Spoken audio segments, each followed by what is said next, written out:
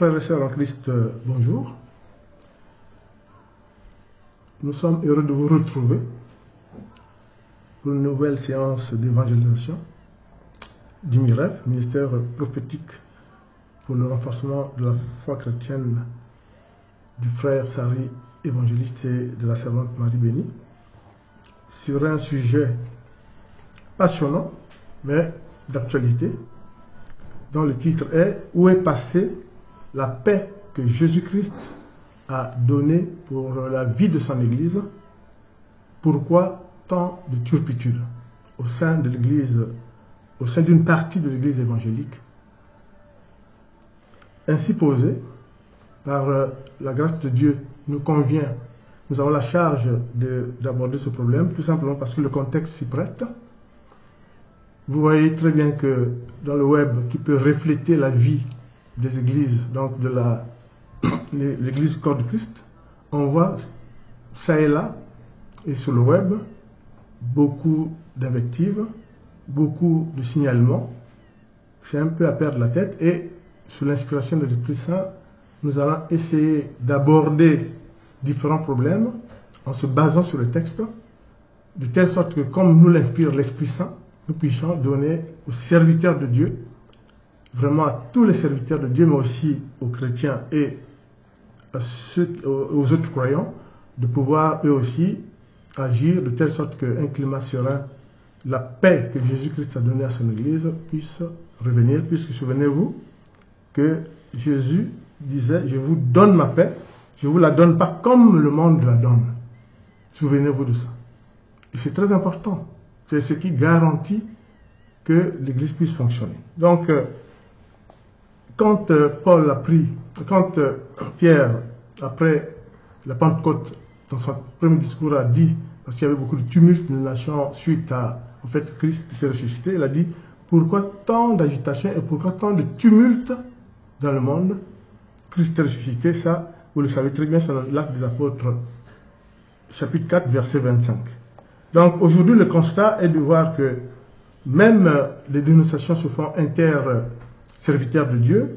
Bien sûr, nous sommes conscients que quand il y a quelque chose qui ne marche pas au sein de l'Église, on peut toujours essayer d'apporter sa contribution. Mais nous allons essayer de vous donner pas mal de sujets de réflexion pour que un climat serein et que surtout la paix que Jésus a donnée dans le fonctionnement de son Église, parce qu'il y tient, puisse être restauré. Il est encore temps pour nous de pouvoir continuer sur des activités saines, mais en même temps de permettre les uns aux autres de se ressaisir, d'adopter de bonnes positions et surtout de suivre la vraie parole de Dieu, rien que la parole de Dieu. C'est très important.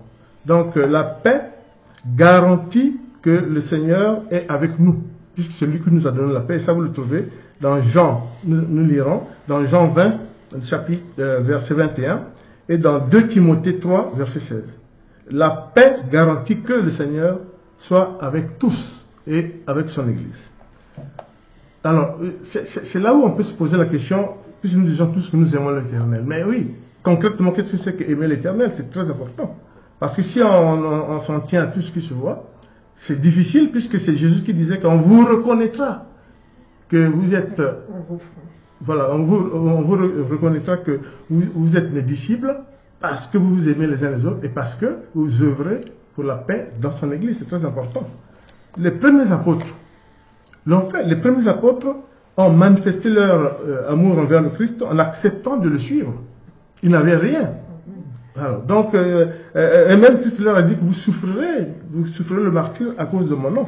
Mais ils n'ont pas hésité. Ils ont suivi et ils ont appliqué. Hein? Ils ont été prêts à donner leur vie pour le Christ, par amour du Christ.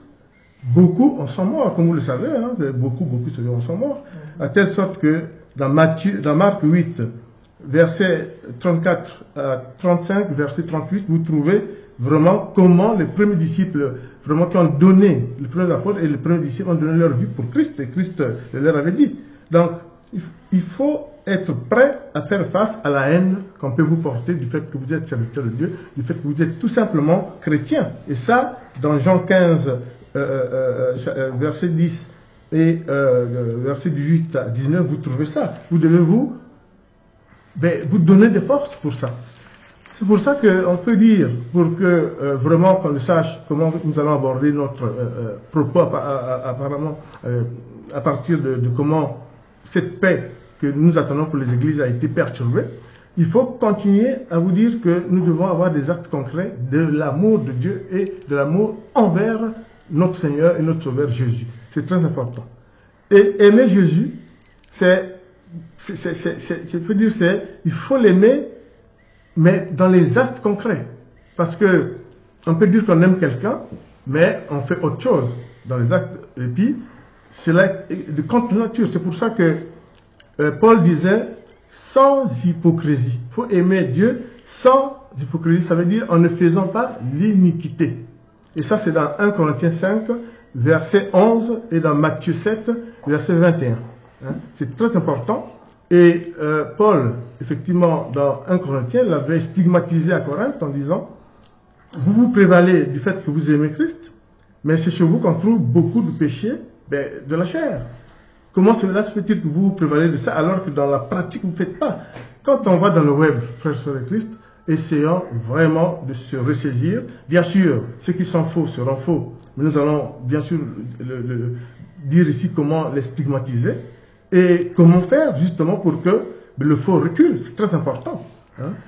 Souvenez-vous, pour poursuivre, dans Galates 1, 8 à 9, il y a un avertissement de Jésus. Si quelqu'un vous prêche un évangile qui n'est pas conforme au nôtre, qu'il soit maudit. Qu'il soit maudit. Vous le savez, Galates 1, 8 à 9. C'est un avertissement et je vous dis véridique. Christ l'a dit, Paul l'a certifié et beaucoup d'anathèmes ont été prononcés. C'est très important. Donc, souvenez-vous de ça. Donc, quelle est la nature du discours missionnaire de Jésus? Vous savez que vous avez le discours évangélique et vous avez le discours missionnaire. Quand il dit porter et proclamer l'évangile aux confins du monde, votre mission. Convertissez et baptisez les nations au nom du Père, du Fils et du Saint-Esprit. Ensuite, édifier le corps de Christ. C'était la mission après la Pentecôte. Les églises, les ministères, etc. Développer le culte chrétien. Le culte chrétien. C'est très important. C'est quoi le culte chrétien? La base du culte chrétien, c'est la scène. Puisque, comme dit Jésus, faites cela en mémoire de moi. C'est très important.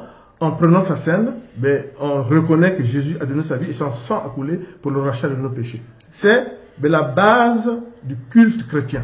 C'est ce qui fait la différence avec les autres. Ça, c'est très important.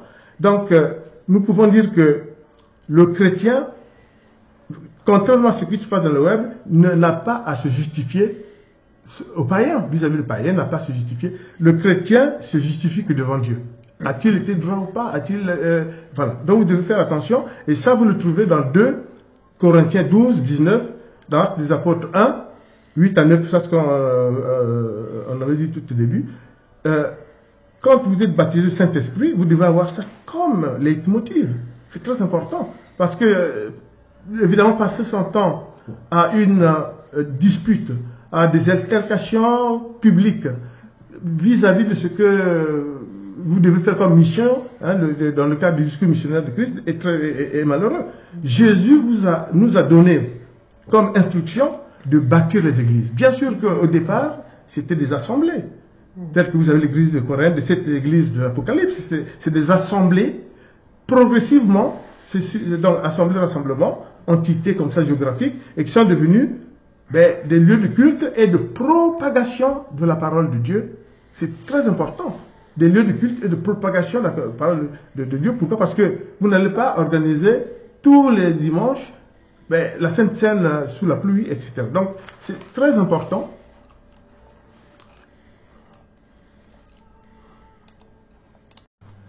Alors, quelles sont les leçons que nous pouvons tirer de nos prédécesseurs?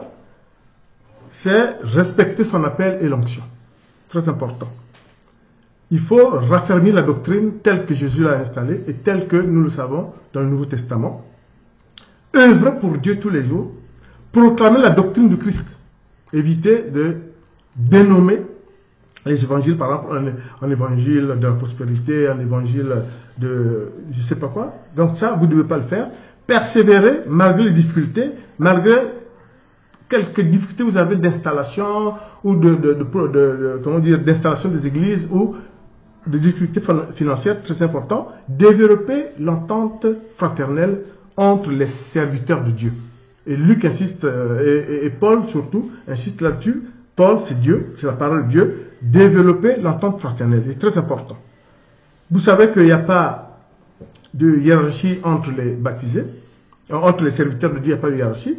Il y a une hiérarchie sacerdotale entre les chrétiens et les serviteurs de Dieu.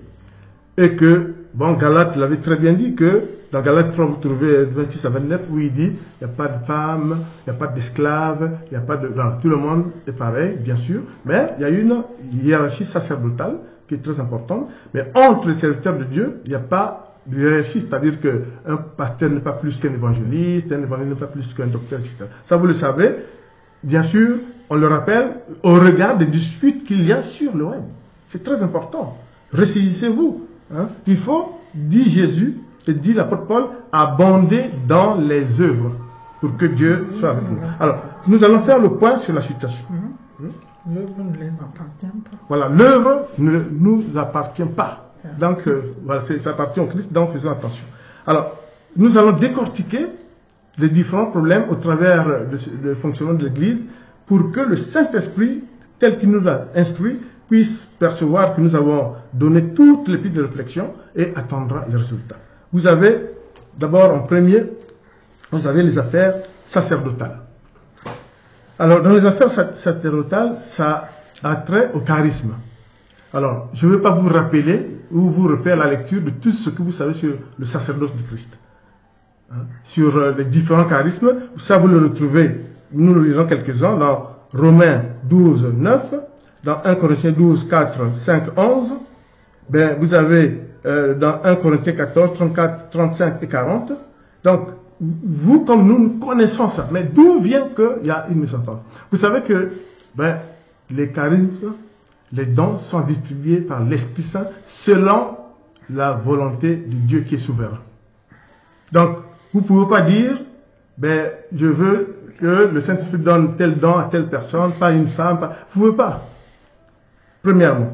Deuxièmement, vous pouvez être, vous avez autorité quand vous êtes ministre de la parole, mais Dieu, en donnant les 5 charismes, a aussi instauré ce qu'on appelle les fonctions et des restrictions.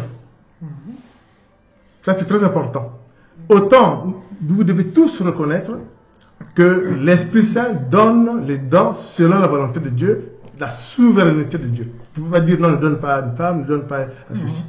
Une fois les dons sont donnés. Mais, attention, il y a ce qu'on appelle l'autorité. L'autorité, c'est être ministre, c'est-à-dire que vous êtes ministre de Jésus. Directement, vous avez autorité. Qu'est-ce que ça veut dire? Ça veut dire que vous pouvez effectivement prêcher, vous pouvez enseigner, vous pouvez diriger un culte, vous pouvez diriger une convention, vous pouvez diriger une célébration, et vous pouvez imposer les mains et vous pouvez baptiser. Maintenant, une fois dit cela, ce qui chaparde un peu les relations entre serviteurs de Dieu et les églises, c'est sur ce que on dit l'autorité. Autant le Saint-Esprit donne le charisme à qui il veut, selon l'autonomie et je dirais l'autorité de Dieu. Mais vous avez des cas qui sont soumis à des restrictions.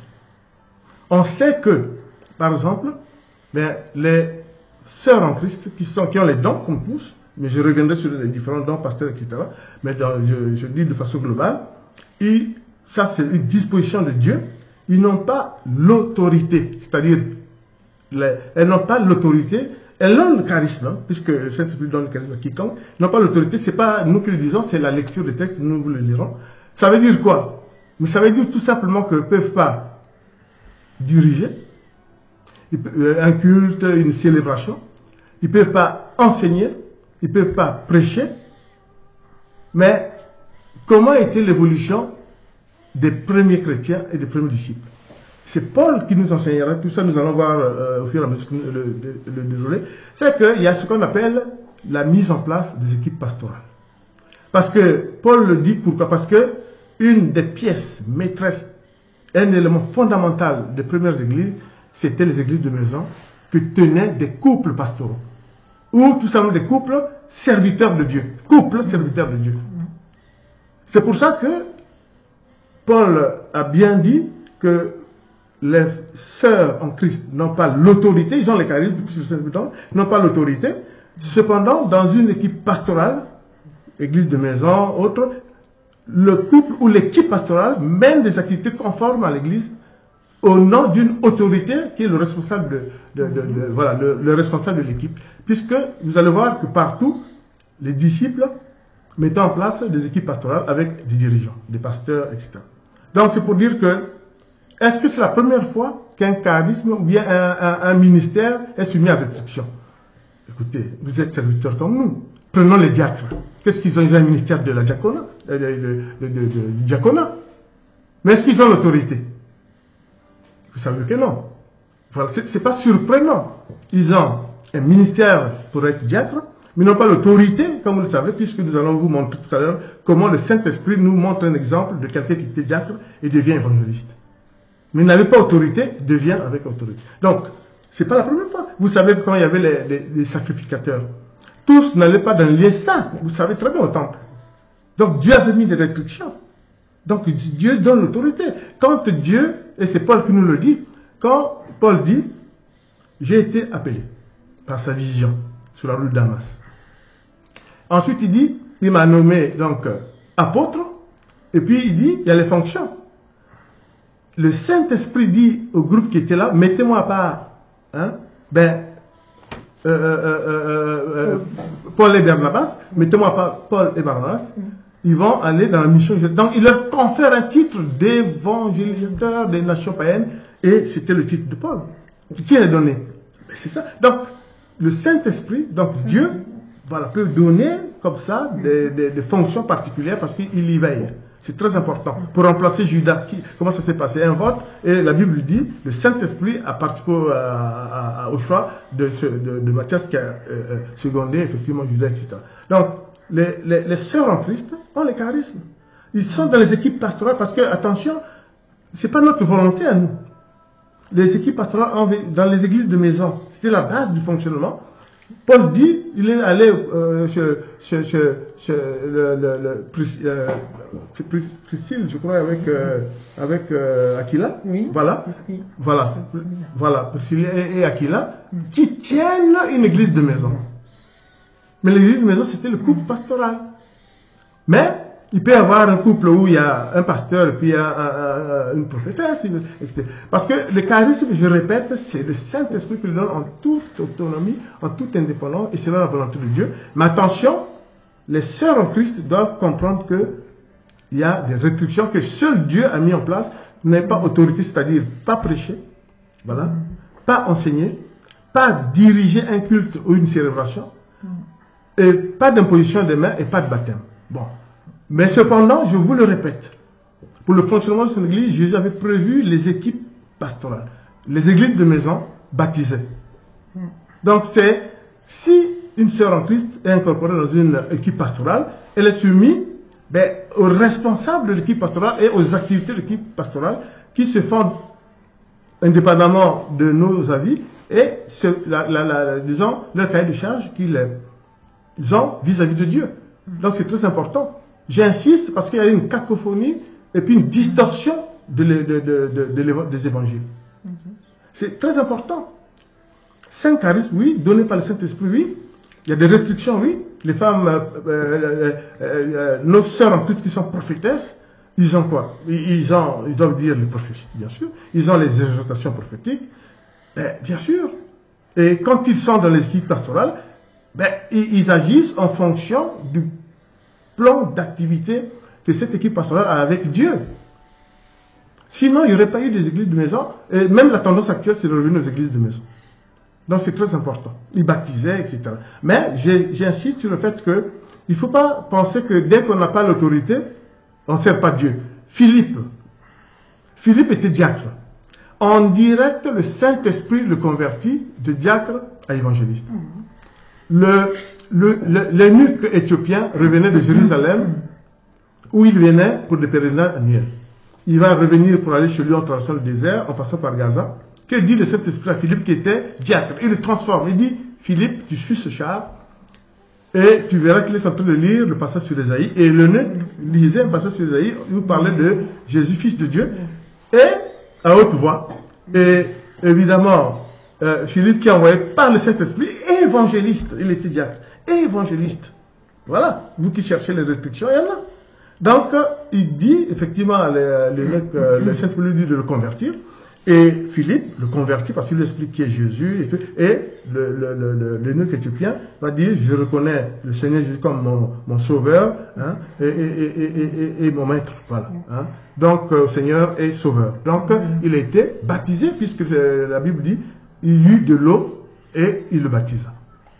Donc, personne ne doit souffrir de ça. C'est Dieu qui distribue le charisme et qui pose là des restrictions. J'ai donné l'exemple du diaconat, j'ai donné même des sacrificateurs, des grands, mais qui ne pouvaient pas aller dans le lieu saint du temple. Pourquoi? Parce que Dieu avait... Voilà. Donc ça, c'est très très important. Bien sûr qu'on dit toujours qu'il y avait des prophétesses qui n'avaient pas, de l'autorité. Le débat n'est plus là. Tout le monde a lu la Bible. Que vous parlez de Myriam, vous parlez de Myriam, sœur de Moïse, ou de Déborah, tout ça. Nous savons, ou à nos temples, on sait. On sait, justement, c'est ce que nous venons de dire, que c'est Dieu qui établit l'autorité ou pas. Donc, ce n'est pas un problème. Vous pouvez servir Dieu, même sans autorité. Nous avons donné le cas du diacre, et Philippe qui s'est transformé par le Saint-Esprit. C'est très important. Je m'en vais vous lire en première lecture quelques textes pour que vous puissiez bien vous raffermir. Jean 14, 27, par rapport à la paix qu'on a perdue dans les églises.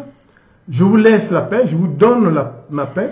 Je ne vous donne pas comme le monde donne, que votre cœur ne se trouble point et ne s'alarme point.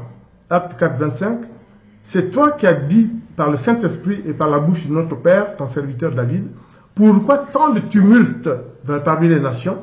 Pourquoi tant de tumulte sur le web et ces vaines pensées parmi les peuples? Jean 20, 21, Jésus leur dit de nouveau, la paix soit avec vous. Comme le Père m'a envoyé, moi aussi je vous envoie. Sérénité dans l'Église. 2 Thessaloniciens 3, 16. Que le Seigneur de la paix vous donne lui-même la paix, en tout temps, de toute manière, que le Seigneur soit avec vous tous. 1 Corinthiens 5, 11. Maintenant, ce que je vous ai écrit, c'est de ne pas avoir de relation avec quelqu'un qui se nommant frère est impudique, ou cupide, ou idolâtre, ou outrageux, ivrogne, ou ravisseur, de ne pas même manger avec lui, avec un tel homme. Voilà. Matthieu 7, 21. Ceux qui me disent, Seigneur, Seigneur, n'entreront pas tous dans le royaume des cieux, mais celui-là, seul qui fait la volonté de mon Père, et qui est mon Père qui est dans les cieux. 1 Corinthiens 12. Il y a diversité de dons, mais le même esprit, diversité de ministères, mais le même Seigneur. Un seul et même esprit opère toutes ces choses, les distribuant à chacun en particulier comme il veut. Vraiment, c'est ça très important. 1 Corinthiens 14, 34, 37, 40. Que les femmes se taisent dans les assemblées, car il ne leur est pas permis d'y parler. Qu'elles soient soumises selon ce que dit la loi. Si quelqu'un croit être prophète ou inspiré, qu'il reconnaisse que ce que je vous ai écrit est un commandement. Attention, c'est un commandement du Seigneur, mais que tout se fasse avec bienséance et ordre. Quand vous nous aurez écouté là, il n'y a pas de dispute, vous avez vos charismes, vous les exercez, et les restrictions, vous les respectez. C'est tout ce qu'on peut vous dire. Donc, en ayant vu cela, nous allons dire que, bien sûr qu'il y a toujours une tentation à vouloir penser que l'autorité, j'ai l'autorité. Je vous répète, il y a donc l'autorité, c'est ce que nous venons de dire. Donc, vous devez vraiment faire attention à cela. Vous savez que tout croyant est un disciple du Seigneur, selon Luc 14, 26. Donc, il doit avoir la foi et croire en l'évangile, croire en la parole de Dieu. Il connaît tous les textes bibliques et doit les respecter et les appliquer, même pas les dénommer. Franchement, Luc 14, 26. Vous avez les faux serviteurs de Dieu, bien sûr, il faut les dénoncer. Quand le jeudi saint, on va dire le jeudi, le dernier repas du Christ, les disciples disent, Jésus dit, quelqu'un d'entre vous va me trahir. Les disciples ont dit, mais c'est qui? Ils étaient tous. Et que dit Jésus en se tournant vers Judas? C'est toi, fils du diable, qui me trahis. Donc, voilà. Quand tu es faux, on peut dénoncer que tu es faux, parce que tu es faux. Voilà. Les faux serviteurs de Dieu, ils sont dénoncés, même dans l'Ancien Testament, ils étaient dénoncés, bien sûr. Vous avez ça dans Deutéronome 18, 20. Hein, c'est très important. Ils s'exposent à la sanction de Dieu. Et c'est ce faux serviteur de Dieu. Parce que vous usurpez un titre de Dieu et vous exposez vraiment. Et dans le Nouveau Testament, c'est dans 2 Corinthiens 11, 13 à 15, la sanction pour les faux serviteurs de Dieu. Il est autorisé par le Seigneur, bien sûr, de dénoncer les faux serviteurs. Il n'y a pas de ministère de la dénonciation. Il y a une disposition qui est celle que je veux nous dire. Il est autorisé par le Seigneur de dénoncer les faux serviteurs. Et il y a un bon climat sur l'Église. Les faux serviteurs, par leurs efforts nuisibles, par leurs effets nuisibles, sur la cohésion de la vie de l'Église et du peuple croyant. C'est très important. C'est des fossoyeurs. Vous devez les dénoncer, c'est à juste titre. Ce que vous faites, sans dire qu'il n'y a pas de ministère de dénonciation. Ça veut dire que moi, vous, quelqu'un, un autre serviteur de Dieu, peut-être même un simple chrétien peut dénoncer un serviteur de Dieu qui est faux, attention. Et pas de fausse dénonciation non plus. C'est très important. Pas de fausse dénonciation. Bien sûr que Dieu m'a dit. Nous, franchement, nous aussi, on vient vous évangéliser, là, on a reçu. Donc, chacun reçoit, mais soyez sûr de ce que vous dites. On peut nous tromper, mais pas tromper Dieu. C'est très important. Et en plus, on est serviteur de Dieu, on doit savoir de quoi nous parlons.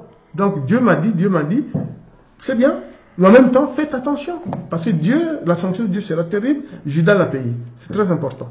Donc, il est autorisé par le Seigneur de dénoncer les faux serviteurs pour leur respect nuisible, comme on l'a dit. Des gens, pour se protéger, dire, on ne dénonce pas un oint de Dieu. Vous avez ça aussi, c'est faux. Je vous ai donné l'exemple que quand repas à la scène, Jésus a bien dit à Judas, tu es le fils du diable, c'est toi qui me dénonces. Il a dénoncé, il l'a dit, c'est très important. Même David, autrefois, souvenez-vous quand il y a eu le péché avec Bathsheba, il a caché. Mais après, Dieu a envoyé le prophète Nathan dire à David que tu as beau te cacher, tu as fait un péché, tu as tué le mari, et il a fallu, le psaume 51, le prière dès la du pardon. Du pardon pour que vraiment, il puisse vraiment être pardonné à Dieu. Et Dieu dira alors, David est celui qui vit selon le cœur de Dieu.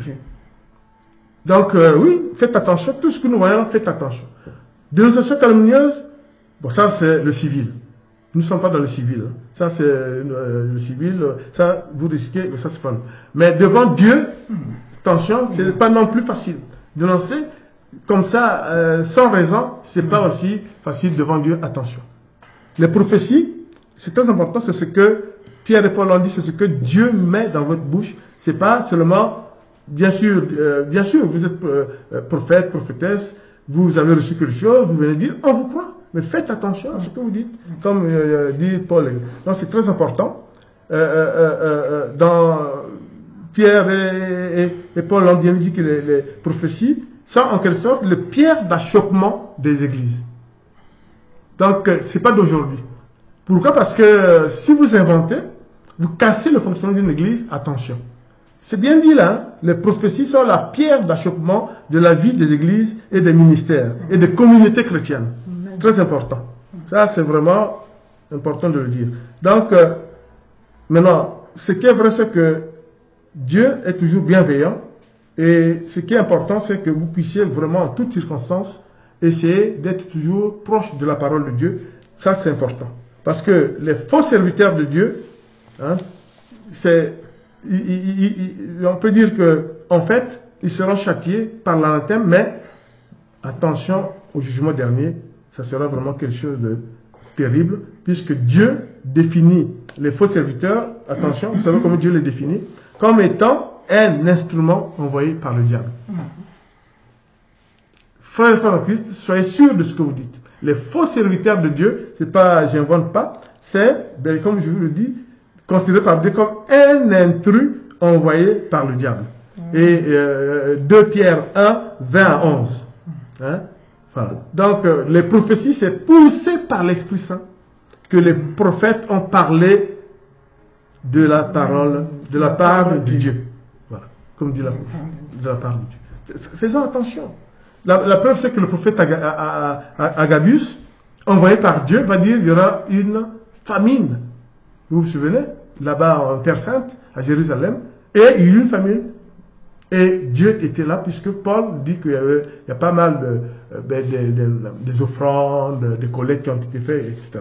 Donc, faites vraiment attention. La vie des églises dépend de vous. Maintenant, nous allons aborder notre problème très important. On a parlé du charisme. Vous nous avez suivis. Nous pensons que vous ferez vraiment des efforts. La vie des églises. Alors, la première chose à dire, frères et sœurs en Christ, ça c'est vraiment le miracle qui vous le dit, puisque nous sommes un ministère de la parole. Hein. Donc, nous disons, selon ce que nous dit l'Esprit, la première pierre de l'achoppement, c'est le clientélisme ecclésial ou religieux. Vous allez dire, ah mais, évangéliste, c'est quoi le clientélisme? C'est simple. La guerre ou la lutte vers les vues, la guerre pour qui aura plus de dîmes, la guerre pour qui aura plus d'offrandes, les enveloppes, on doit regarder si c'est des enveloppes de 10 000, si c'est des enveloppes de 1000 ou de 500. Attention au clientélisme religieux, hein, qui est en partie favorise la triche, favorise qu'on s'écarte de Dieu, c'est très important. Hein. Donc, le clientélisme religieux a été dénoncé par Paul et vous allez le trouver dans 2 Corinthiens 2, 17. C'est interdit. 2 Corinthiens 2, 17. Dans le Nouveau Testament, il faut faire attention. À savoir que le clientélisme sur les affaires et la vie religieuse visant au gain et la cupidité est proscrit par le Seigneur. 2 Corinthiens 2, 17. Allez lire vos Bibles, vous allez voir. Donc, le clientélisme religieux porte préjudice à une activité selon la vie, à la paix que Dieu a dit tout à l'heure, je vous donne ma paix, elle n'est pas de ce monde, mais elle vient de là-haut. Je vous donne ma paix. Le clientélisme le brise, puisque c'est en train de lutter. Donc, bon, dans les églises, lutte intestine, lutte d'influence, c'est le clientélisme religieux. Accusation, droit de réponse interminable. Accusation, droit de réponse interminable. Vous devez mettre fin au clientélisme religieux. C'est une réalité, puisqu'on vient de vous dire, réfléchissez, vous voyez que c'est la vraie. Déjà lui-même, Jésus, voilà. Voilà. On n'arriverait pas à la communion fraternelle, puisqu'on prend la dîme tout le temps. Alors, qu'est-ce que c'est? Posez-vous la question. C'est une réalité. 2 Corinthiens 2, 17. Très important. On en vient maintenant aux affaires qui frisent maintenant, qui intéressent l'argent, les finances. Discussion interminable entre dîmes et offrandes. Frères et sœurs en Christ, nous sommes comme vous. Je roule ma bosse dans la Bible et dans la théologie. Ma femme, ma servante, pareil. Nous savons que vous aussi, vous connaissez les textes comme nous. Rappelons-les. Au temps de Jésus, Jésus n'a pas, c'est vrai, parlé de dîmes en tant que tel, mais attention, Jésus est arrivé avec le Nouveau Testament, c'est-à-dire la nouvelle loi. L'ancienne loi, il n'a pas enterré, puisqu'il n'a pas enterré la circoncision. Il n'a pas aboli en tant que tel, bien sûr, la dîme, mais attention, là aussi il y a une confusion. Juste vite fait, sans partir dans la discussion, vous savez, vous comme moi, que la dîme, dans l'Ancien Testament, c'était la part qui revenait à Dieu pour la terre qui lui appartenait, les produits de la terre, etc. Pourquoi? Parce que la terre appartenait à Dieu. Souvenez-vous dans le Lévitique, quand les Lévites ont dit, nous on n'a pas de terre, qu'est-ce qu'on va devenir, etc. Dieu a dit, je vous donne la terre, quand l'alliance du ciel, c'est-à-dire vous serez tous prêtres. Les Lévites sont les prêtres à cause de l'alliance du ciel parce que Dieu leur donne la terre. Donc, tout ce qui était produit par la terre, c'est la dîme. Et la dîme, par définition, c'était pour la vie de l'Église, pour les activités des communautés de l'époque et les serviteurs de Dieu de l'époque. Mais avec la nouvelle alliance, frères et sœurs en Christ, pourquoi c'est que nous lisons, vous aussi vous avez lu, mais on n'est pas honnête. On ne dit pas, et Paul l'a dit, que les églises doivent périr sans offrande, sans rien. Jésus, premièrement, sans mettre la dîme en cause, crée et dynamise et même recommande les offrandes en disant même que ce qui est dans la main gauche, la main droite ne doit pas savoir. Et quand vous mettez votre argent pour l'activité de l'église, on ne doit pas savoir que j'ai mis tant, etc. Et les gens me disent, mes frères, Sari, pourquoi est-ce que, où est la preuve que Jésus n'a pas parlé effectivement de la dîme par le soir? Bon, l'offrande, vous le retrouvez, nous allons vous donner les références. Souvenez-vous, parabole de publicain et du pharisien se rendant au temple. Le pharisien, qu'est-ce qu'il dit? Il dit, voilà, il regarde le publicain, il dit, lui là, moi je paye ma dîme, le 10e de ce que je reçois. Il regarde comme ça, il dit, je jeûne, voilà, au moins 2 fois par semaine. Lui là, il fait rien. Le publicain, il se frappe la poitrine. Ne mentionne pas la dîme, il dit, oui, moi je jeûne 1 fois par semaine et je suis tout le temps en train de prier pour le mal que je fais au Seigneur. Et que dit Jésus? Celui qui n'a même pas parlé de dîme. Le publicain, il dit c'est lui qui a écouté. Deuxième exemple. Les serviteurs, les disciples disent à Jésus, les pharisiens montent à la charge. Ils disent, voilà, votre maître, qu'est-ce qu'il fait? Il ne respecte rien, il ne paye même rien. Jésus dit à Pierre, va au bord du lac, le premier poisson que tu vas pêcher, il y aura des pièces, va payer.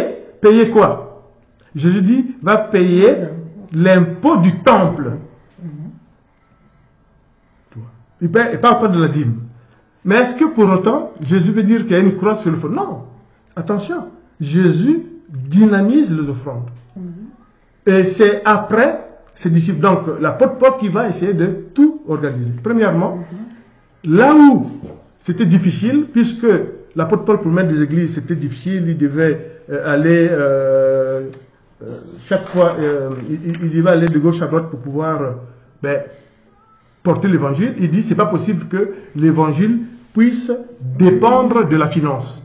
Il y a une parole où il dit c'est pas possible que l'évangile puisse voilà, c'est pas possible que l'argent, tu as l'argent de faire que l'évangile se propage, parce que chaque fois il venait dans une ville, il dit non mais Paul avec ses voyages, il dilapide notre argent, tout ça, il était obligé de faire des tentes, tout travail. Mais après ils se sont ressaisis, collégialement ils se sont dit, tous les serviteurs de Dieu qui ont une fonction d'autorité et de service à l'autel de Dieu, donc dans le temple, sont nourris par le temple, et collégialement ils ont décidé qu'ils vont être pris en charge par le temple. Et naît le salariat ecclésial. C'est écrit, je vous donnerai les références, on va le lire. Vous avez par exemple, là où je parlais de donner volontairement, bon, pour l'instant je vous donne la parole à la lecture à la prophétesse Marie Béni, et puis ensuite je continuerai. Bon, je lis Deutéronome 18, verset 20. Verset 20. Mais le prophète qui aura l'audace de dire à mon nom une parole que je ne lui ai point commandé de dire, ou qui parlera au nom d'autres dieux, ce prophète-là sera puni de mort. 2 Corinthiens 11, versets 13 à 15. Je lis la parole de Dieu. Verset 13.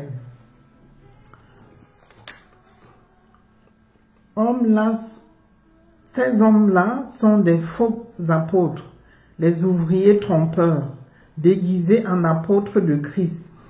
Verset 14. Et cela n'est pas étonnant, puisque Satan lui-même se déguise en ange de lumière. Verset 15.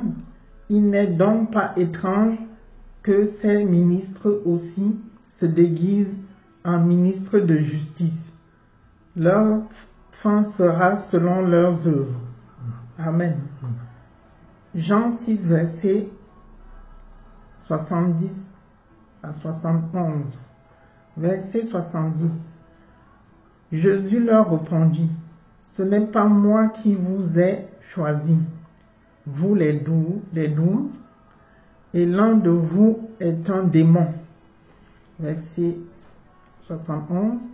Il parlait de Judas Iscariote, fils de Simon, car c'était lui qui devait le livrer, lui, l'un des 12.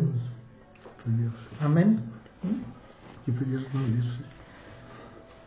2 Corinthiens 2, verset 17. Verset 17. Car nous ne falsifions point la parole de Dieu, comme font plusieurs, mais c'est avec sincérité. Mais c'est de la part de Dieu que nous parlons en Christ devant Dieu. Amen. Amen. 1 Pierre 2, verset 1 à 2. Verset 1. Rejetant donc toute malice et toute ruse, la dissimulation, l'envie de toute médisance. Verset 2. Désirez comme des enfants nouveau-nés le lait spirituel et pur, afin que pour lui vous croissiez pour le salut. Amen. 1 Timothée 6, verset 10. 10. Car l'amour de l'argent est une racine de tous les maux. Vous vous souvenez? Et quelques-uns, en étant possédés, se sont égarés loin de la foi et sont jetés eux-mêmes dans bien des tourments. Voilà, Amen. vous connaissez cette parole, nous l'avons sélectionnée. Et pour bien comprendre, pour qu'il y ait vraiment sur les offrandes, bien sûr que les églises doivent vivre à partir de ce que les chrétiens peuvent donner. Et en sachant que dans la nouvelle alliance,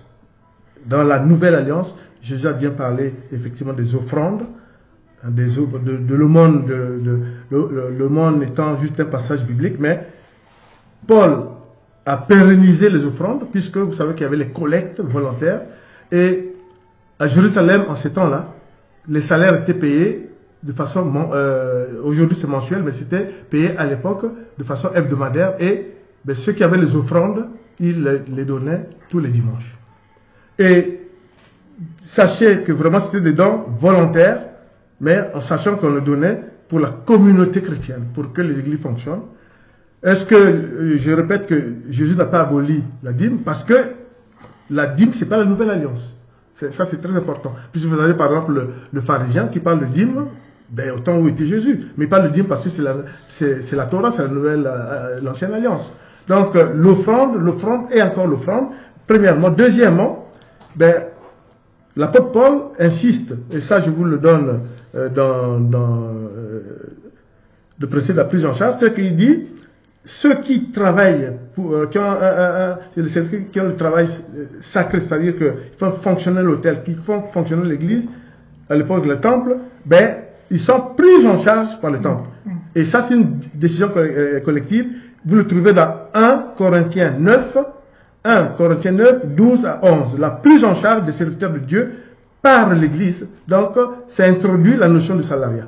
Et deuxième chose, et c'est Paul qui le dit, ils ne pouvaient pas tout le temps faire des tentes pour financer les dîmes d'église et le fonctionnement. À un moment donné, collégialement, ils ont dit il faut des salaires. Et Paul a eu un salaire, c'est dans 2 Corinthiens 11, 77, il le dit, un salaire payé. Grâce à ça, il a continué à créer des églises. Le salariat ecclésial obéit à des règles, c'est collégial, c'est l'équipe pastorale qui s'occupe de ça. C'est très important. Il ne faut pas seulement dire, voilà, il n'y a plus de dîmes. Non, c'est pas ça. Il y a les offrandes que les chrétiens ont l'obligation de donner. Bon, là, on ne parle pas de dixième, parce que la dîme, l'autre expression de dîme veut dire dixième. Mais c'est pas, là, c'est l'offrande. Elle est volontaire d'après Paul. Et voilà, donc, le salariat devient une possibilité, puisque vous le trouvez dans 2 Corinthiens 11, 78.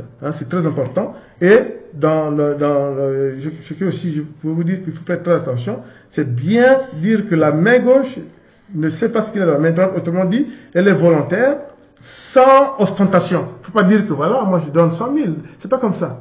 C'est pas comme ça. Vraiment, le bruit qu'on entend sur le web, c'est pas ça. Donc, pour terminer, nous allons aussi vous lire en troisième lecture quelques extraits qui sont très importants, très importants. 1 Corinthiens 16, 2, que chacun de vous, le premier jour de la semaine, ça c'était au moment où le salaire était hebdomadaire, mette à part chez lui ce qu'il pourra selon sa prospérité. Frères et sœurs en Christ. Afin qu'on n'entende pas mon arrivée pour recueillir les dons. Selon sa prospérité. 1 Corinthiens 9, 6 à 7. Ou bien, est-ce moi seul et Barnabas, nous n'avons pas le droit de ne pas travailler? Qui jamais fait le service militaire à ses propres frais? Qu'est-ce qui plante une vigne et n'en mange pas le fruit? C'était la réflexion collégiale des premiers disciples pour dire que ceux qui ont un travail sacré au temple, ben, le temple s'en occupe. Et finalement, ben, s'ils ont toute leur vie, c'est-à-dire qu'ils font rien d'autre, toute leur vie pour ça, mais ils ont donc un salaire. Donc c'est le principe du salariat ecclésial dans les normes. Attention, ça, vous avez vu, c'est un collectif. Et ça, si vous le trouvez, nous vous donnons les références, vous allez lire. C'est tout simplement ça. Voilà. Ensuite, pour 1 Corinthiens 9, 12 à 14, si d'autres jouissent de ce droit pour vous, n'est-ce pas plutôt à nous d'en jouir? Mais nous n'avons point usé de ce droit. Au contraire, nous souffrons tout, afin de ne pas créer d'obstacles à l'évangile du Christ. Oui, ils se sont sacrifiés jusqu'à faire des tentes. Ne savez-vous pas que ceux qui remplissent les fonctions sacrées sont nourris par le temple? Ce que je venais vous dire, que ceux qui servent à l'autel en part à l'autel. Voilà. De même aussi, le Seigneur a ordonné à ceux qui annoncent l'évangile de vivre selon l'évangile. J'insiste là-dessus, attention, ce n'est pas l'évangile de la prospérité. Quand Paul et Dieu, ou Jésus dit que de même le Seigneur a ordonné à ceux qui annoncent l'évangile de vivre de l'évangile, c'est ce qu'on a dit.